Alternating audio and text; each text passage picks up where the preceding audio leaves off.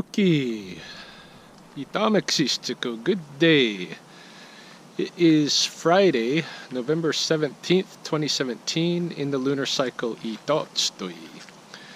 And I am in Kaiser, Oregon, kind of a, well, it's its own city now. It used to be a suburb of Salem. And I'm just taking a stroll down memory lane today. Didn't have too much to do this evening. My brother's picking me up so that we can go on a big adventure for all day tomorrow. Wake up early and get out of the house. But today I didn't have a whole lot to do. Kind of got up and checked out all the crazy news going on down here in the States with all their politicians and comedians and you know, all of the different sex scandals and Trump stuff. It's insanity right now as far as all that goes. But I decided to get out of the house and give my parents a little breathing room. We've been visiting, and go for a little walk down memory lane. And I figured I'd start right here. This is a real important place for me. This is an area that, well, a pathway that, as I was a kid, we knew this as the Black Path, and many crazy adventures happen here on this path. In fact, I believe right now, this house that I'm passing right now was once the home of the Lanning family, my friend Stevie Lanning, and I believe it's this tree, in fact, that Stevie and I climbed up. Might have been this next tree over. No, it probably was this tree. Climb way up this Douglas fir tree to the very top, and at the top we could see Vasco, who was our arch enemy. He was riding his bike about a block over, so we got excited. We were going to climb down the tree real quick and go bully him. And on our way down, Stevie's branch broke, and he fell all the way down here to the Black Path. A long fall, bouncing off of branches like John Rambo, no doubt. And got himself amnesia, like really knocked himself out good. Lucky he didn't get himself much worse hurt. Yeah, and this whole area is so changed, man. Like all these houses and stuff, that all used to be forest and farm, and none of that. No development there. All in here, this used to be forest right here, and blackberry bushes and stuff. We used to ride like homemade go-karts. Like we had some crazy go-karts that we made. Like each of our dads like chipped in and helped us make these. They weren't motorized. They were the kind you need an actual hill to go down, like little rascals, you know. And that's kind of how it was. Like we would pat ourselves in all kinds of crazy clothes and stuff to take the ride down here, because inevitably you're going to go into the blackberry bushes. It's either going to be at the end of the path, where you might go into the blackberry bushes and into the creek, or you're going to go into you're going to sweep off the sides and go into the blackberry bushes. You're going to get stuck up, you're going to get bloody, you know, with all kinds of thorns and all that. So we tried to pad ourselves up, you know, wear like 3 jackets. And my friend Stevie's dad had recently been in a motorcycle accident at one point, I remember, and we were using his helmet, and I remember when he used to take off that helmet, we'd have blood smears and stuff on our face, because he had been so injured in the accident, but never gotten all of the soaked blood out of the padding of the motorcycle helmet. But yeah, man, this is really different down here, and I knew it was gonna be. I was down here maybe 6 years ago, something like that, and I could already see how different it was. There's a creek that runs along here called Claggett Creek, where there's lots of nutria that we call river rats, and lots of crawdads, and the salmon even run through here. And yeah, this was all forest all through here. Now it's people's yards and shit. We had a tree fort right over here, and we used to get salamanders underneath the leaf litter in the forest right in there, and all kinds of shenanigans, all kinds of lots of crazy stuff. We got chased by Lonnie D. Hutt, you know, him and his brother Sean and those guys. What's his name? Robert something or another. There was a couple of, these were the bad guys. These were like the criminal kids. They chased us with guns through there. It was pretty wicked. And yeah, I don't even know if I can get a look at the creek here. It's kind of flooding out of the storm drain, and it's sewage. Like, look at that, gross. Nah, I don't want to walk through that. That's pretty gross. Look at that. Sewer's bubbling up, and you can see there like the sewage right there on the concrete. Nasty. In fact, I want to clean the bottom of my sandals. Sorry, grass.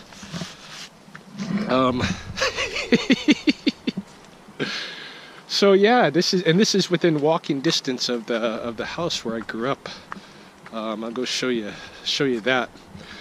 And yeah, this is just super memory lane. So my friend Terry Bowie lived a couple blocks that way, and Chet Lundy, my first girlfriend Stacy Epping, lived over this way. All kinds of craziness. You know, the childhood we used to have, like, of course we were in that generation, last generation I think, that spent their childhood outdoors playing in the neighborhoods and such. And we had so much forest. I mean, I can't even tell you how different this is.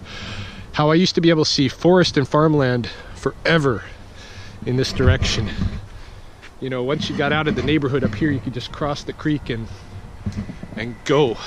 I don't even know what those are.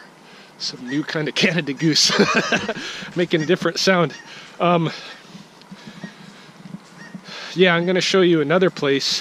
This is a place where all of us neighborhood kids had a lot of good memories and stuff, a lot of crazy adventures. But I'm going to show you a place that was just kind of a small little group. Me and my brother, a couple of our friends, and place where I spent a lot of solo time too. So I'm looking forward to getting out there. Yeah, just a little tour today. All right, this here is the street that I grew up on, and my house is not too far up the way here where I lived. In fact, it's right here with this tree in the yard here on the right hand side. These bushes, all these rocks. My dad quarried these rocks out of the mountains for the landscaping. That bush right here in front of us, those two bushes, when I was a teenager, kind of a later teenager, I used to jump those bushes on a regular basis, just like parkour over the top of them. And I missed one time and I broke my ribs right on that corner nasty ass rock right there. My bedroom was the last one on the left over here. And yeah, this is where I lived from the time I was 5 years old till I was 18. And of course a million different memories and shenanigans and stuff, and all kinds of formative experiences that went on there. Just down the road here, I'm going to show you where I was introduced to the martial arts. I was interested in the martial arts at the time, but you know, never asked my parents to send me to any formal school or anything like that. But I was coming up this way, and they had just built this portion of the street. Like the neighborhood used to end right here. Okay, used to end right here. They just built this portion of the street, got people moved into these houses, and this house right here, was a place that Bill Holmstrom rented. And one day I was walking down here and I seen his garage door was open, and he was training on a heavy bag in there, and his walls were like lined with Cali sticks and nunchucks and stuff. And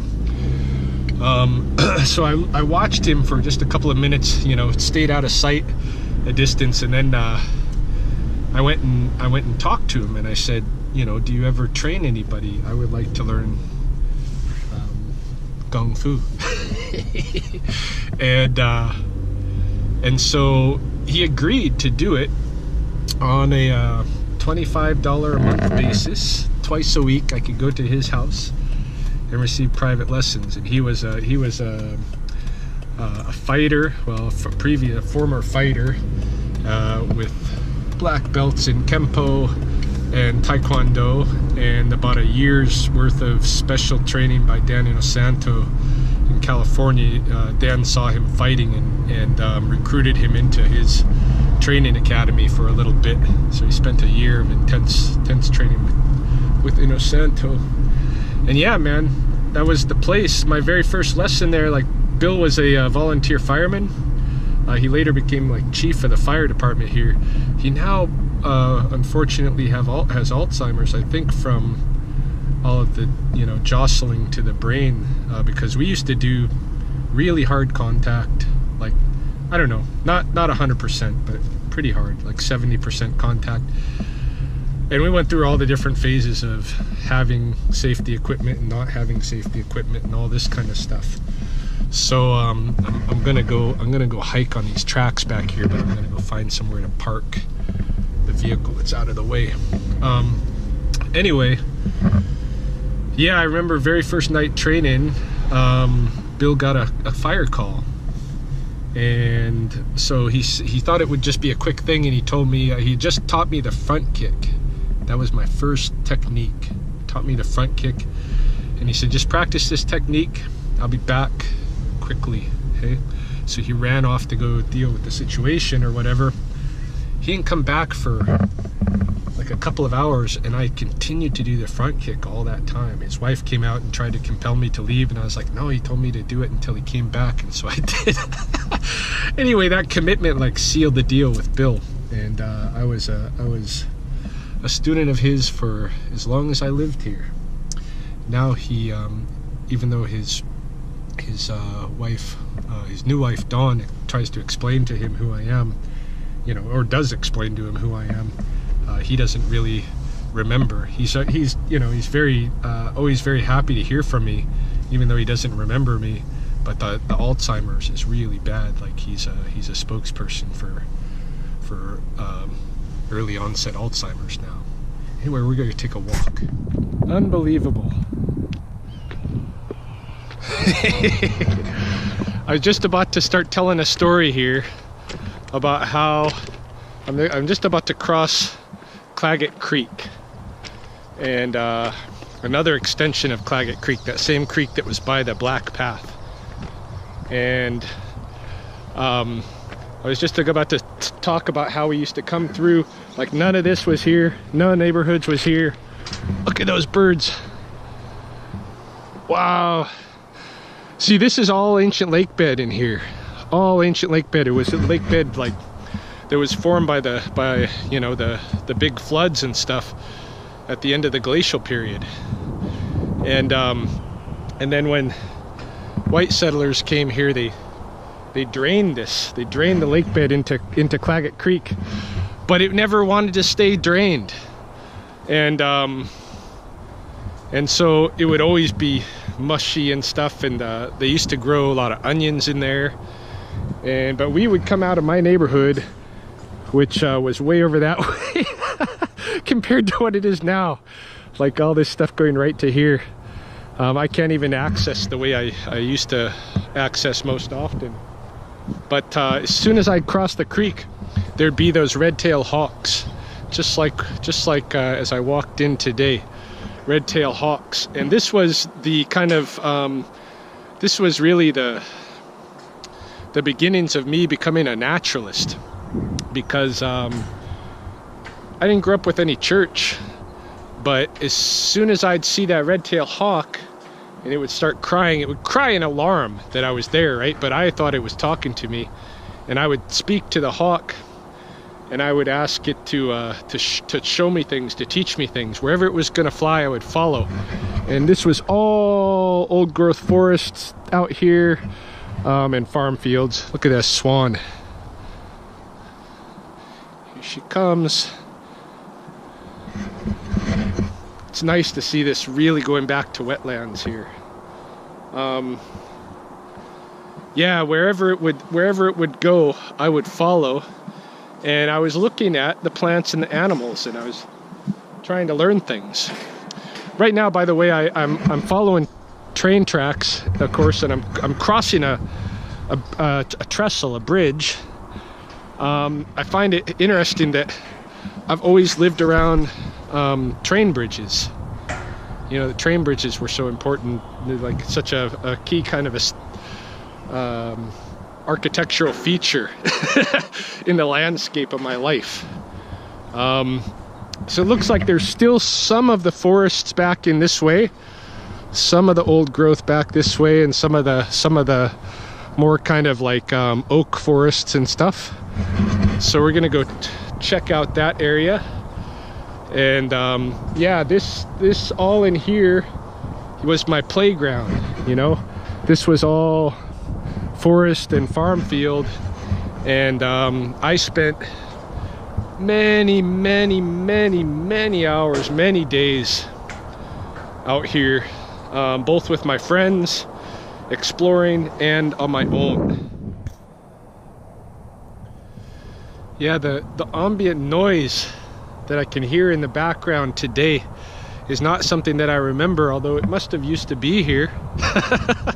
Because the I-5, you know, that goes all the way through from California to Washington is just right there, hey?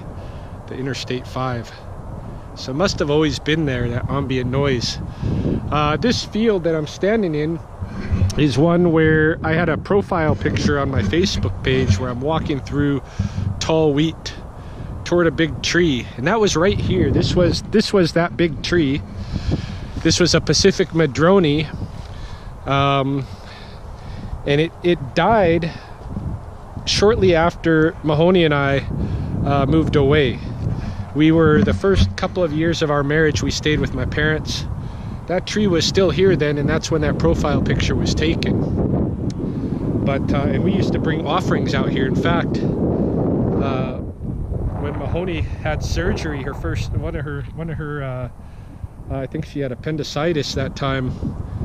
You know, part of her body is here. Hey, we got the hospital to give us that appendix, and we left it as an offering here. So she's part of this landscape too.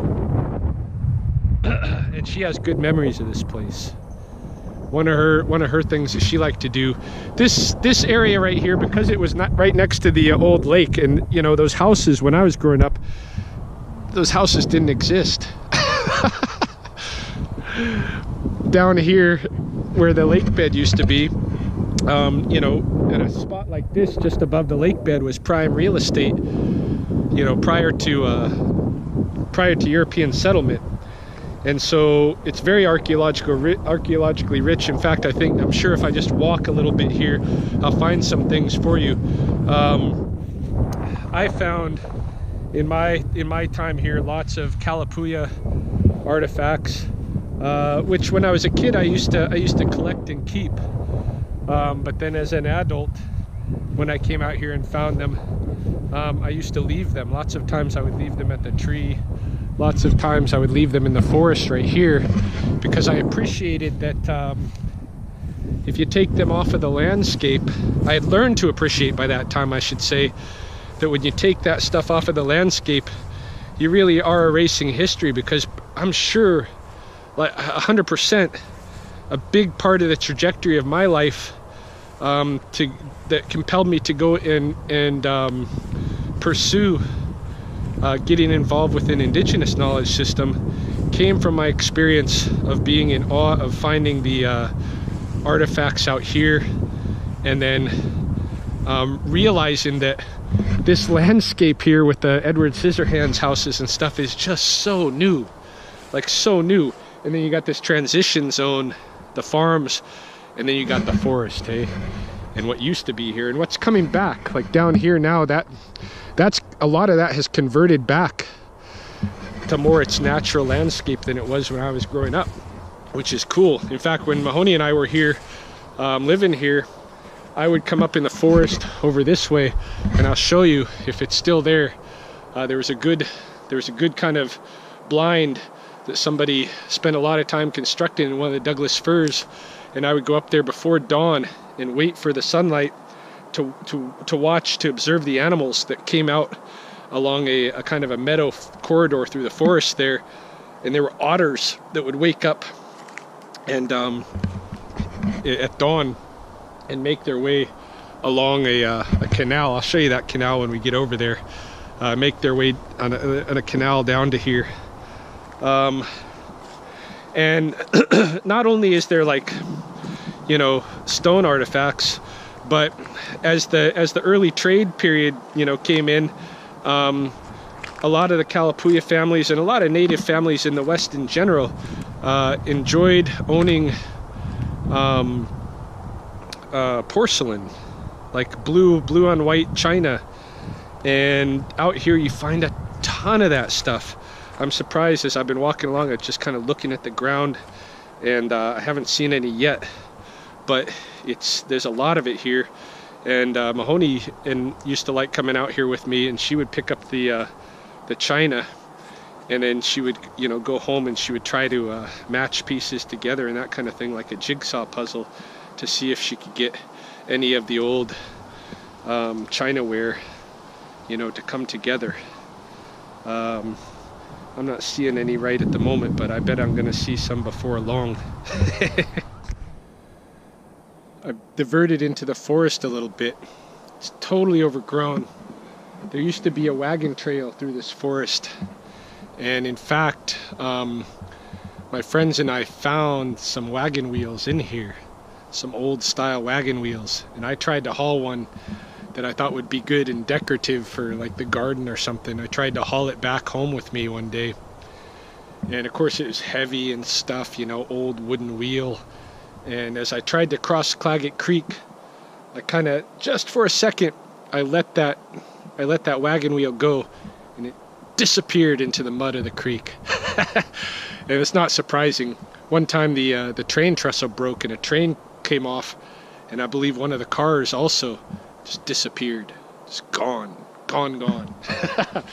Anyway, I cut into the forest for a purpose, and I'm happy to say that purpose is right here, and it is as I imagined it would be. This is a descendant of my Pacific Madrone tree that I was just telling you about, that tree that was so special to me growing up, that I used to be so inspired by, make my offerings at and such. This is a descendant of that tree. Smooth skin. Now it's, you know, it's younger. It's got the green. As it matures, it turns a red. Something was scraping it here. Something maybe climbed up, perhaps a possum or a raccoon or something. But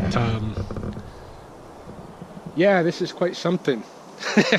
This is what I was hoping to find here in this little patch of forest, is a descendant of my tree. Something that's still living, you know, still living.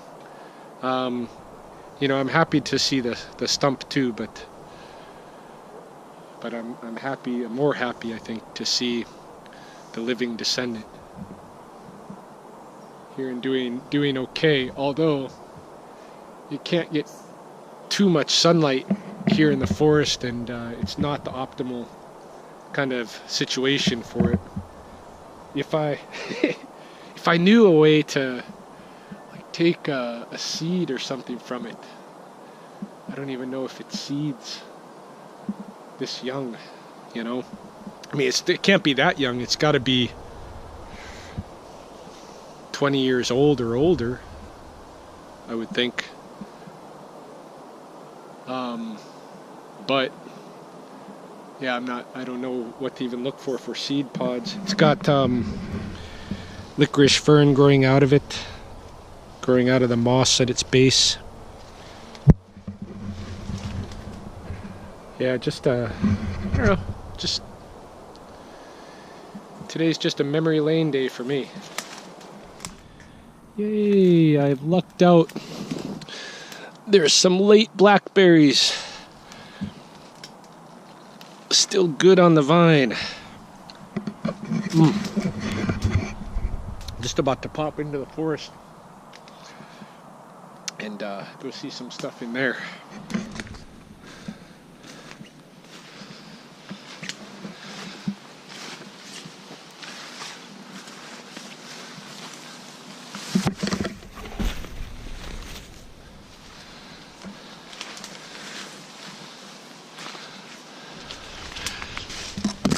This forest is just wickedly overgrown. Hardly even anything that could qualify as trails through here anymore, so I don't think there's little bands of kids playing war games out here like they used to be.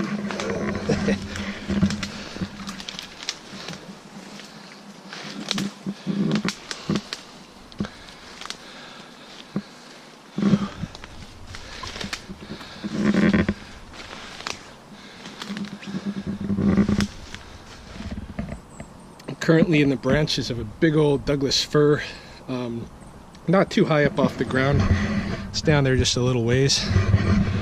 The tree stand that I used to get up in is right here, and I was hoping to get up there again, but you know, inevitably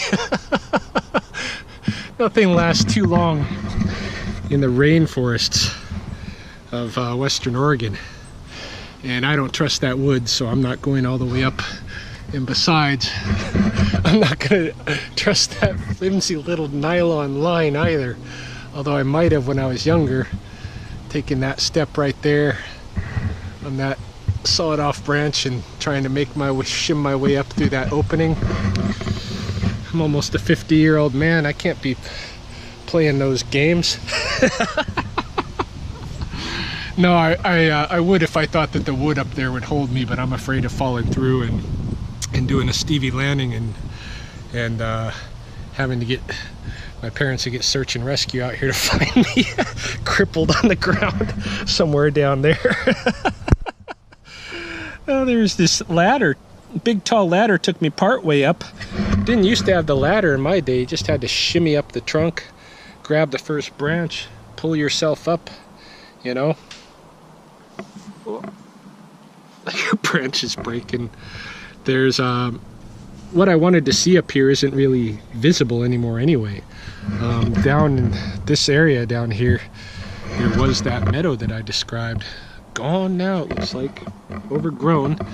And I used to come out here at dawn when I was first married to Mahoney, you know, with the black path all kind of developed over that forested area, and then the madrone tree all developed over. I used to come out here because it was the next adventure out, you know, the next furthest from the house.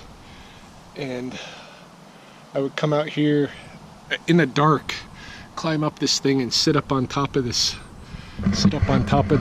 hunter's lookout here, and I'd watch the meadow down below at dawn, and you get all kinds of awesome animal sightings, you know, all kinds of coyote and deer, and like I said, the otters eventually came through there, started living in the forest here again as the old lake bed grew back.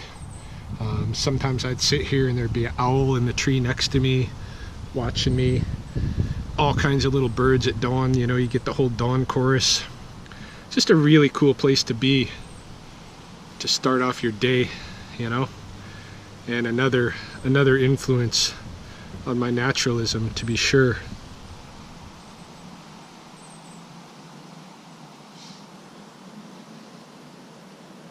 Pretty cool.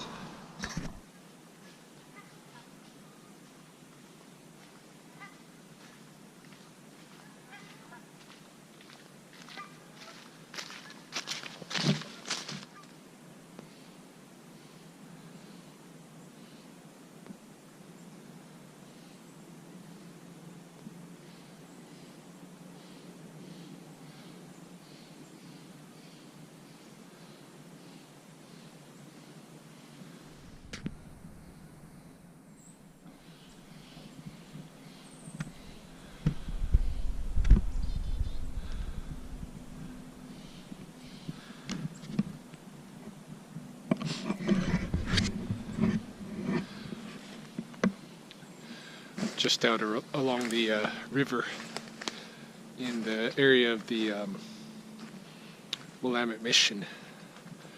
Willamette Mission State Park, and a lot of wildlife out here. I've heard a couple of frogs. Just saw an egret, I believe that was. And yeah, I'm just kind of putzing around. Not going to be able to get to the place where I wanted to go out here. The park is more or less closed. The main gate is closed, and so I just kind of hiked in, but it's a long way to get to where I want to go, and not enough daylight really. Not enough hours for the park either. They're going to come by at 5 o'clock and check that everybody's left the area, because I'm not the only one that pulled in to just hike it. But yeah, this is really cool kind of wetlands area out here. I bet that egret was hunting frogs. Too bad I didn't see it sooner, because we both kind of saw each other at the same time. But yeah, lots going on out here. This is another one of the places where I spent a good portion of my childhood. Like my dad used to take us out here all the time, and then me and my friends used to camp out here. Like, not supposed to, because it is state park and stuff, and there was no designated camping area or anything, but we would hike way in by the river and fish and camp and stuff like that, sleep overnight. And then when Mahoney and I were first married too, and we were living here, I'd bring her out here. Yeah, the geese sound really different here. Must be a different species of Canada goose here. I had no idea.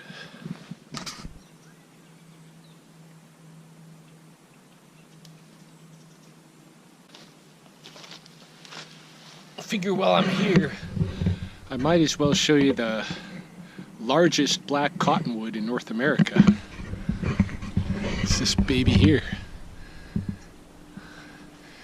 He's quite tall. See if I can back up far enough to get a good look at him, or her. Ooh.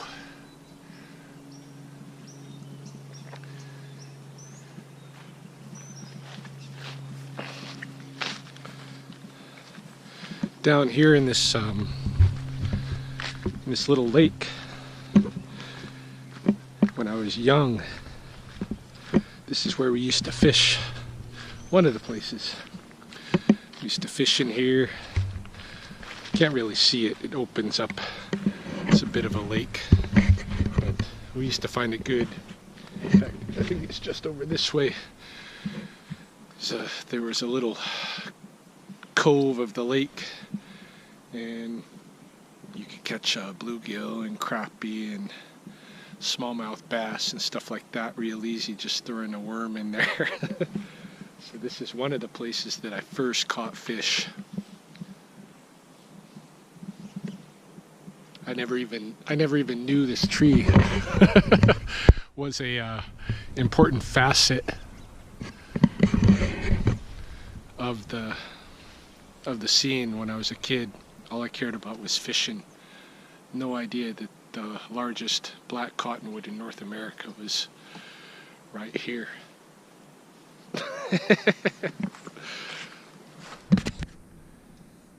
Alright, I guess that's it for today.